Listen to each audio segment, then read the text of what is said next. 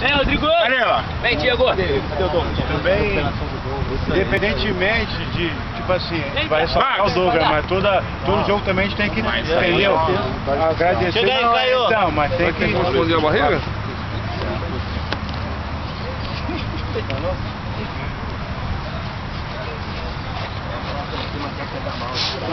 Tá baixando muito bom. Chega aí, Paulinho! Chega aí, Paulinho! Quem vai dando a volta? Não, Esse é o momento.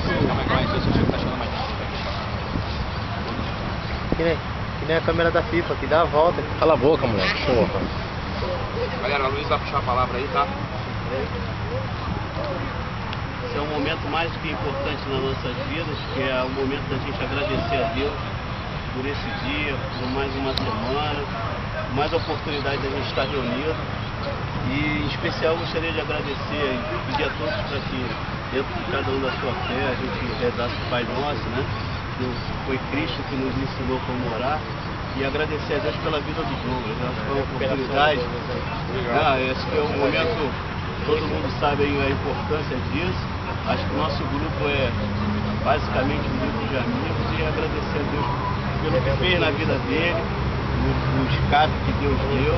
Então vamos cada um dentro da sua fé, usar o Pai Nosso. Pai nosso que está no céu, santificado seja o vosso nome. Venha a nós o vosso reino. Seja feita a vossa vontade, assim na terra como no céu. O pão nosso de cada dia nos dai hoje. Perdoai as nossas ofensas, assim como nós perdoamos a quem nos tem ofendido. Não nos deixeis cair em tentação, mas livrai-nos do mal. Amém. Amém.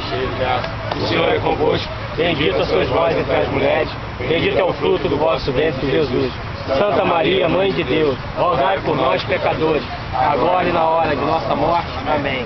Ele merece até o Léo. Valeu, Douglas. Valeu, Rapaziada, o Paulinho também quer. Hoje é aniversário do Paulinho, rapaziada.